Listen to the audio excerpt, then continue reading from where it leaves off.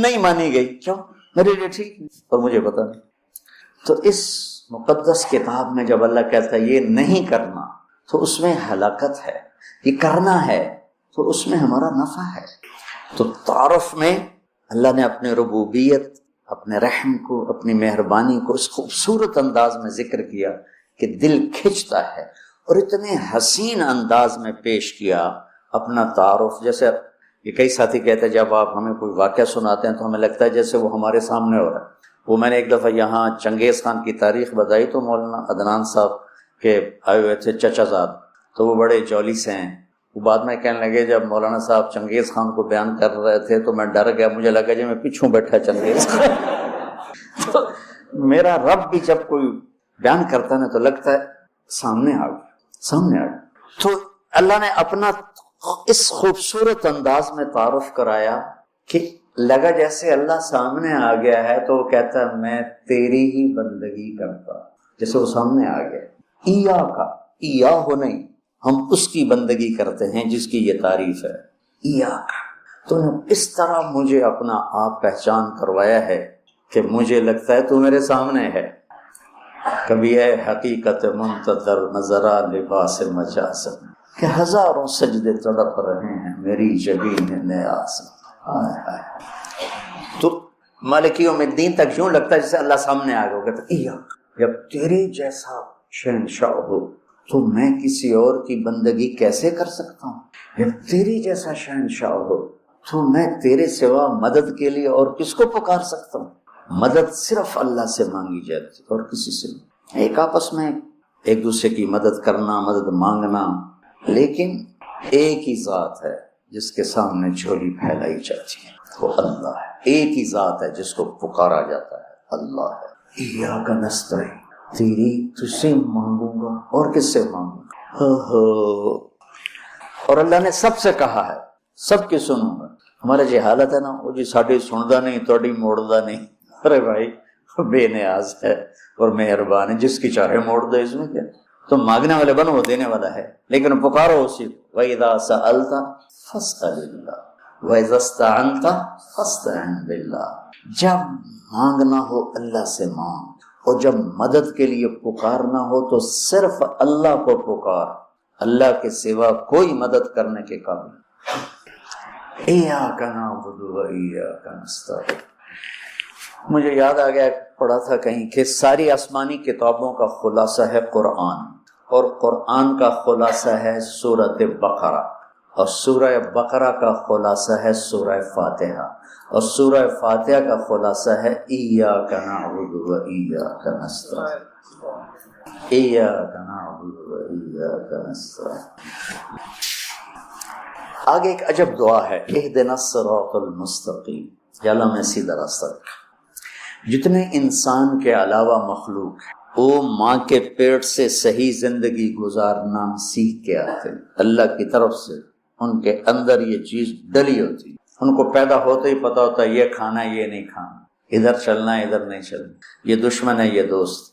آج پہلے دن چوہا اپنی بل سے نکلا، اپنے کھڈ سے نکلا، سامنے بلی دیکھی بھاگ کے واپس آیا، اس کو اماں نے تو نہیں بتایا تھا کہ بلی تینوں کھا جائے۔ میں ایک عام مثال دیتا ہوں اپنے بیان میں کہ بکری کو گوشت کھلاؤ مر جائے گی نہیں کھائے گی، شیر کو گھاس کھلاؤ مر جائے گا نہیں کھائے گا، کہ وہ اپنی زندگی گزارنے کا طریقہ ماں کے پیٹ سے لے کر آتے ہیں۔ انڈے سے نکلتے ہی چونٹی سیدھی چلتی ہے، راستہ بناتی ہے، سیدھا راستہ چلتی ہیں، پوری لائن چلتی ہے، 1 سینٹی میٹر سے آگے دیکھ نہیں سکتی، کہاں سے ہوگی؟ اللہ کا نظام، اللہ کا علم کہ ہر مخلوق پیدائشی طور پر جانتی ہے یہ کھانا یہ نہیں کھانا، اور انسان جانتا نہیں ہے، نہ دنیا میں صحیح چلنا جانتا ہے نہ آخرت کو تو ویسے نہیں پہچانتا۔ تو اللہ نے یہ دعا فرض قرار دے دی، ہر رکعت میں یہ دعا فرض قرار دے دی، مانگو کیا؟ اللہ میں سیدھا راستہ دکھا۔ سیدھے راستے سے ہم عام طور پر سمجھتے ہیں کہ آخرت کا سیدھا راستہ ہو، ہر پل میں مجھے صحیح کیا کرنا ہے وہ دکھا۔ الصراط، اس میں دنیا کا بھی ہے اور آخرت کا بھی۔ صبح اٹھا، فجر کی نماز پڑھی، یا اللہ اب صبح ہو گئی ہے، کام پہ جانا ہے، یا اللہ مجھے سیدھا راستہ دکھا، میں تیری اپنی دنیا میں کیسے سیدھا چلوں کہ تو راضی ہو جائے، اپنے دین میں کیسے سیدھا چلوں کہ تو راضی ہو جائے. چلتے چلتے چلتے کچھ ہیرا پھیری ہو گئی، کچھ غلط ہو گیا، کچھ ٹھیک ہو گیا، ظہر کا وقت آ گیا، اللہ کہتا آ جا آ جا. اب پھر مانگ اہدنا الصراط المستقیم. چلو کچھ گڑبڑ ہو گئی، مجھے پھر بتا کہ میں نے دنیا میں کیسے سیدھے چلنا ہے اور میں نے آخرت کے لیے کیسے سیدھی زندگی گزارنی ہے. مجھ سے نہیں گزاری جا رہی، میری مدد کر. اللہ نے پھر تازہ دم کیا، چل جا. پھر ہیرا پھیری ہوئی، اونچ نیچ ہوئی، نہ کہا جا اثر میں آ جا. اثر میں آ گیا، مانگ. کیا مانگوں کا؟ مانگ کہ میں تمہیں سیدھا راستہ دکھاؤں. چونکہ تمہارے اندر یہ جانوروں کی طرح چپ ہے نہیں، انہوں نے وہی کرنا ہے جو ان کو ان کے اندر ڈال دیا ہے. یہ درختوں میں چپ ڈال دی. کبھی آم پہ انگور دیکھا، انگور پہ کریلا دیکھا، کبھی شیشم پہ پھل دیکھا؟ اندر میں ڈال دیا گیا ہے. تجھے پھل دینا ہے، کون سا دینا ہے، کس موسم میں دینا ہے، کس رنگ میں دینا ہے، کس ذائقے میں دینا ہے، کس خوشبو میں دینا ہے، کس تاثیر میں دینا ہے. تو ہمیں اس میں اللہ تعالیٰ نے دونوں تاریں ڈال دی ہیں، اچھائی برائی. تو لگا آؤ پھر مانگو، اثر میں پھر مانگو، پھر جائے کو اونچ نیچ ہو جائے، آ جا مغرب میں پھر مانگ. وہ کتنا مہربان ہے. آ جا مانگ یا اللہ. پھر گڑبڑ ہو گئی، پھر دیکھا راستہ، پھر کہا چلو عشاء ہوگی آ جا. اب حالانکہ اب تو نے سو جانا ہے، لیکن سو رات میں کتنی برائیاں ہوتی ہیں، سب سے زیادہ برائیاں تو رات کو ہوتی ہیں. تو آ جا پھر مانگ کہ میں تیری رات صحیح گزروا دوں، تیرا ہر پل صحیح گزروا دوں، اور پھر آخرت کا راستہ بھی تجھے صحیح دکھا دوں. یہ اہدنا الصراط المستقیم، ہر پل میں سیدھے راستے کو مانگنا ہے، ہر پل میں سیدھے راستے کو مانگنا. اور صراط چوڑے راستے کو کہتے، مستقیم سیدھے راستے کو کہتے. یہ ہمارا موٹر وے بن گیا ہے ہمارے گھر تک. تو اب ہم نے وہ پینسرے جاؤ، گوجرے جاؤ، ٹوبے جاؤ، رجانے جاؤ، پیر مال جاؤ، سندیلیاں لے جاؤ، عبدالحکیم جاؤ، دھکے کھاندے کھاندے گھر جاؤ. وہ چھوڑ کے ہم 1.5 گھنٹے میں یہاں سے، پہلے 3.5 گھنٹے لگتے تھے، ہم 1.25 گھنٹے 1.5 گھنٹے میں گھر پہنچ جاتے ہیں. یہ صراط اور غیر صراط کا فرق ہے کہ آدمی جب راستے کا چناؤ کرتا ہے تو کہتا ہے میں راستہ سیدھا، راستہ کھلا بھی ہو چوڑا بھی ہو، کھلا بھی ہو چوڑا بھی ہو. تو اللہ کہتا ہے میں قربان جاؤں. اور اللہ نے کیا، او میرا بندہ اے مانگ، میں تینوں موٹر وے تے چڑھاؤں. میں تجھے موٹر وے پہ چڑھانا چاہتا ہوں. تو بولے دی جھگی دی گلیاں پھر رہتا نام ہے نا، بولے دی جھگی، تو اس کی سڑکیں بھی ایسے ہی ہوں گی. اور صراط تلوار کو بھی کہتے، تلوار کا جو ایک ہوتا ہے نا ایک طرف، اس کو بھی صراط کہتے. تو صاف شفاف ہوتا، کوئی کھڈا بڈا نہیں ہوتا. تو اللہ تعالیٰ ہم سے کہہ رہا ہے ایسا راستہ مانگ جو صاف شفاف. اور جیسے صراط تلوار جیسے چیز کو کاٹتی ہے تیزی کے ساتھ، ایسے ہی اللہ تعالیٰ کہہ رہا ہے کہ وہ راستہ مانگ جو میں تیزی کے ساتھ وہ اپنے گھر پہنچ جائے، جیسے ہم تیزی کے ساتھ اب گھر پہنچ جاتے. اور مستقیم، ٹیڑھا میڑا نہ ہو، سیدھا، سرسبز ہو، دیکھنے کو میں اچھا لگے. تو انعمت علیہم صراط الذین انعمت علیہم. ناعمہ اس بوٹی کو کہتے ہیں جس پر کبھی خزاں نہ آئے، وہ پودا جس پر ہمیشہ ہریالی رہے، وہ ناعمہ ہے. وجوہ یومئذ، کبھی ان پہ کوئی خزاں نہیں آئی. تو اللہ کہہ رہا ہے صرف روڈ نہ مانگ، سرسبز بھی مانگ. کہیں چائے پیو، کتے کافی پیو، کتے بہ کے گپا مارو. وہ کوئٹے والا راستہ نہ مانگ، کالے پہاڑ سارے راہ ویک ویک کے بندہ برباد ہو جائے. کہ ایسا راستہ مانگ جس میں سبزہ ہو، ہریالی ہو، باغ باغیچے ہوں، گل و گلزار ہو، اور تجھے پتہ بھی نہ چلے، اور تیرا راستہ طے ہوتے ہوتے ہوتے تو مجھ تک آ جائے. پھر ساتھ دوسری دعا بھی منگوائی، ایسا راستہ جہاں پیٹرول نہ ملے، ایسا راستہ جہاں کھڈے ہوں، ایسا راستہ جہاں ڈاکو پڑ جائیں، ایسا راستہ جہاں لائٹیں بند ہو جائیں، ایسا راستہ جہاں کھائیاں ہوں. کوئی جائے گا؟ ایک دفعہ ہم جا رہے تھے، رحیم یار خان جا رہے تھے، اور جا رہے تھے راجن پور سے آگے خواجہ غلام فرید رحمۃ اللہ علیہ کا جو ہے شہر، کیا مٹھن کوٹ مٹھن. تو وہ ہم نکلے گپوں میں، ہماری زمیندارہ جماعت، ہمیں یاد ہی نہ رہا بھائی ذرا وہ بھی دیکھ لیں کہ تیل بھی ہے کہ نہیں. تو وہ راستہ سنسان، ایک دم گاڑی نے جھٹکے کھانے شروع کی. تو میں کہ کیوں ہے؟ تیل مک گیا. مر گئے. وہی تو تیل پٹرول پمپ بھی کوئی نہیں، ایک ہی بڑھنا ہے، کوٹ میں ٹن تائیں دھکالا بھی ہے، لیکن شہنشاہ کی مدد ساتھ ہوتی ہے اللہ کے راستے میں۔ ہماری گاڑی اپنے دھکے میں چلتے چلتے دیکھا تو آگے پٹرول پمپ، اس پہ چڑھ گئی تو ہم نے اللہ کا شکر ادا کیا۔ تو ایسے راستوں پہ کون جانا مانگتا ہے؟ تو غیر المغضوب علیہم ولا الضالین، یا اللہ وہ راستہ نہ ہو جس پہ نہ پٹرول ملے، نہ روٹی ملے، نہ پانی ملے، نہ چائے ملے، نہ نسوار ملے۔ اور اس میں ایک چھوٹی سی بات عرض کروں کہ جب آدمی پس جاتا ہے نا اور کہتا ہے متی نصر اللہ، یا اللہ تیری مدد کہاں ہے، تو پھر اللہ کی طرف سے جواب آتا ہے الا ان نصر اللہ قریب، بے شک میری مدد قریب ہے، آ رہی ہے۔ یہ واقعہ طائف کے بعد پیش آیا ہے، جب آپ بے بس ہو گئے تھے، پتھر کھا کے شدید زخمی ہوئے، پھر آپ مکہ تشریف لائے تو باہر ٹھہر گئے، اندر آنے کی آپ کی سکت نہیں تھی، اور آپ نے زید بن حارثہ کو اخنس بن شریک کے پاس بھیجا کہ مجھے پناہ دو، میں مکے میں داخل ہونا چاہتا ہوں، تو اس نے انکار کر دیا، کہا میں نہیں پناہ دیتا۔ پھر اپنے سہیل بن عمرو کو پیغام بھیجا کہ مجھے پناہ دو، اس نے بھی انکار کر دیا۔ پھر ایک اور عرب کے سردار تھے، ان کو پیغام بھیجا، غالب بن صفوان بن امیہ کو پیغام بھیجا کہ مجھے پناہ دو، تو انہوں نے بھی انکار کر دیا۔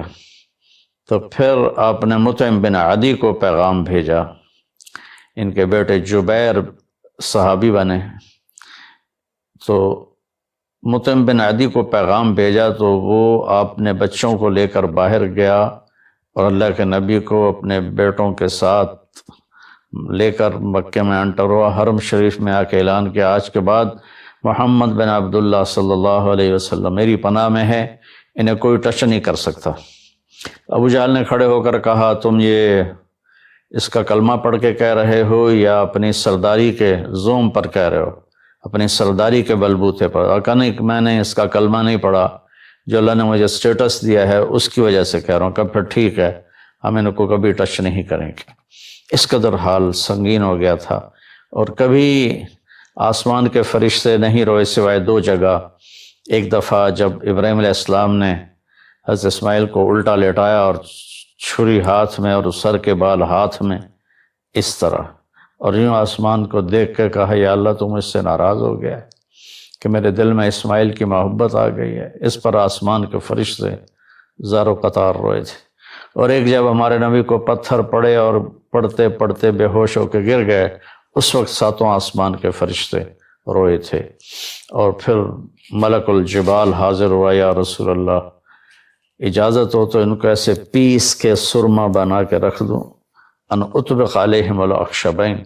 آپ نے کہا نہیں، لا اللہ ان یخرج من اصلابہ من یوحد اللہ، نہیں نہیں نہیں، اللہ تعالیٰ ان کی نسل میں ایسے پیدا کرے گا جو اللہ کی توحید کو ماننے والے ہوں گے۔ اس تکلیف کے بعد یہ سفر ہوا کہ 27 رجب کو جبرائیل آئے، آسمان سج چکے ہیں، اور ہماری یعنی زبان میں یا ہمارے رواج میں کہ یا رسول اللہ استقبال کے لیے قطاریں لگ گئی ہیں، آپ ان کو لے کر گئے۔ آپ ام ہانی رضی اللہ عنہ، حضرت علی رضی اللہ تعالیٰ عنہ کے گھر میں تھیں، گھر میں تھے آپ، تو وہاں سے حتیم میں لے گئے، آپ کا سینہ چاک کیا۔ دوسرے فرشتہ وہ پانی لایا زمزم کا، اس سے آپ کے سینے کو صاف کیا، پھر دل باہر نکالا، اس کو چیرا، اسے صاف کیا، اور پھر دوبارہ دل کو رکھ دیا، سینے کو بند کر دیا۔ اب یہ سارا کچھ اپنے ہوش میں دیکھ رہے تھے۔ پھر وہاں سے براق پہ سوار ہوئے۔ براق گدھے سے بڑا قد، خچر سے چھوٹا قد والا ایک جانور تھا، جس پر آپ کو سوار کرایا گیا، اور وہ تھوڑا مستی کرنے لگا تو جبریل بولے تو یہ پتہ ہے تیرے اوپر کون سوار ہیں؟ تو اس کے ساتھ ہی وہ ایک دم سر نیچے کر گیا، اور پھر وہاں سے پرواز کی بیت المقدس، اور وہاں آپ نے 2 نفل پڑھے اور ان کو وہیں چھوڑ دیا، اس کو براق کو وہیں چھوڑ دیا۔ وہاں سے پھر سفر شروع ہوا اللہ کی طرف۔ اس سفر کو اللہ نے یوں بیان کیا، سبحان الذی اسری بعبدہ لیلا من المسجد الحرام الى المسجد الاقصى الذي باركنا حوله لنريه من آیاتنا انه هو السمیع العلیم۔ تو اس میں اہل علم کے لیے بڑا خوبصورت نقطہ بھی میرے ذہن میں ہے کہ یہ قرآن کی پہلی صورت ہے جو سبحان مصدر سے شروع ہو رہی ہے، سبحان الذی۔ پھر اس کو آگے لے جا کر اللہ تعالیٰ نے مصدر کے بعد فعل ماضی ہوتا ہے تو سبح للہ ما فی السماوات والارض کے ساتھ شروع کیا، تو مصدر آیا، ماضی آیا، ماضی کے بعد مضارع ہوتا ہے، فیوچر ہوتا ہے، مستقبل ہوتا ہے، تو یسبح للہ ما فی السماوات وما فی الارض الملک القدوس العزیز الحکیم۔ پھر اس کے بعد امر کا صیغہ ہوتا ہے تو سبح اسم ربک الاعلی الذی خلق فسوی۔ یہ قرآن کا اعجاز ہے، قرآن کی خوبصورتی ہے، قرآن کی بلاغت ہے۔ سبحان، سبح، یسبح، سبح۔ تو اللہ تعالیٰ نے پہلے اپنی پاکیزگی کو بیان کیا کہ جو کچھ کہنے والا ہوں میں سب کچھ کر سکتا ہوں، میرے لیے کوئی مشکل نہیں کہ میں اپنے بندے کو لے کر گیا۔ اللہ آنے جانے سے پاک ہے، لیکن با کا اضافہ یہ بتاتا ہے کہ اللہ تعالیٰ کہہ رہے تھے یوں ہی سمجھو کہ میں اپنے بندے کو خود لے کر گیا اوپر، آپ جبریل کے کندھوں پر پروں پر سوار ہو کر نہیں گئے، آپ کا سفر الگ تھا، جبریل کا الگ تھا، یہاں تک کہ پہلے آسمان پر پہنچے تو دروازہ کھلا تو آدم علیہ السلام نے استقبال کیا، گلے لگایا، پھر اس سے اوپر گئے تو عیسیٰ علیہ السلام، یحییٰ علیہ السلام، زکریا علیہ السلام نے استقبال کیا، اور سارے آسمان کے فرشتوں نے استقبال کیا۔ پھر اس کے بعد تیسرے آسمان پر گئے تو یوسف علیہ السلام نے استقبال کیا اور سارے فرشتوں نے۔ پھر چوتھے آسمان پر گئے تو یونس علیہ السلام نے اور باقی سارے فرشتوں نے۔ تو پھر پانچویں آسمان پر گئے تو ہارون علیہ السلام اور آسمان کے فرشتے۔ پھر چھٹے آسمان پر گئے تو موسیٰ علیہ السلام اور موسیٰ علیہ السلام کے آسمان کے فرشتے۔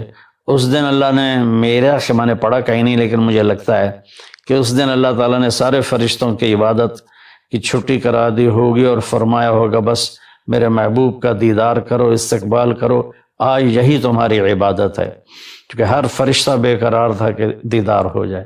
پھر اب ساتویں آسمان پر گئے، وہاں ایک بیت اللہ تھا، وہاں ایک بزرگ سفید داڑھی والے یوں کر کے بیٹھے ہوئے تھے، یوں کر کے، اور لمبے ان کے بال تھے، لمبی داڑھی تھی، وہ نہیں اٹھے، وہ بیٹھے رہے۔ جب اب قریب آئے تو وہ کھڑے ہوئے اور کہا میرا بیٹا آ گیا۔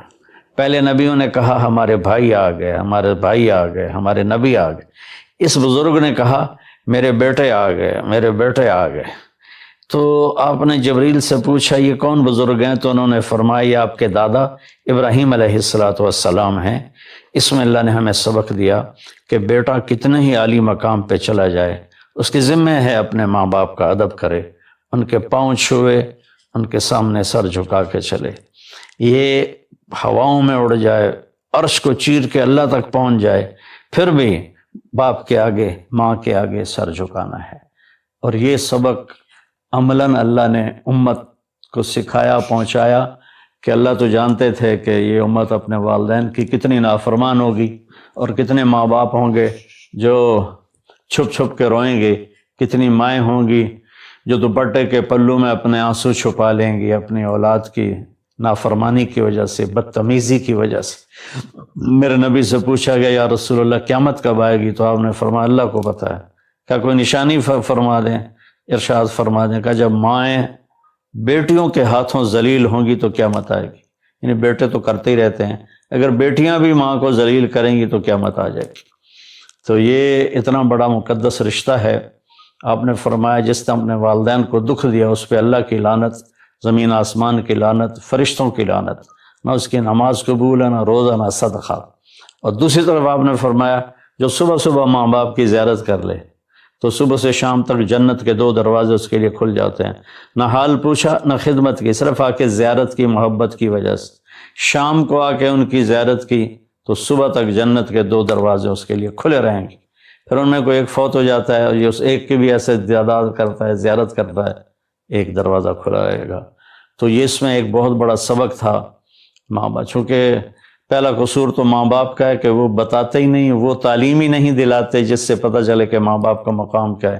اسی میں ہماری نسل ڈپریشن کا شکار ہو گئی۔ تو انہیں کیا پتہ باپ کون ہوتا ہے، ماں کون ہوتی ہے۔ تو آپ وہاں سے تشریف لے گئے تو سدرۃ المنتہا جہاں بارڈر آ جاتا ہے ان مخلوقات کا، بارڈر پر جبریل نے کہا یا رسول اللہ بس آگے میرے پاس ویزا کوئی نہیں ہے، ایک بالشت بھی اوپر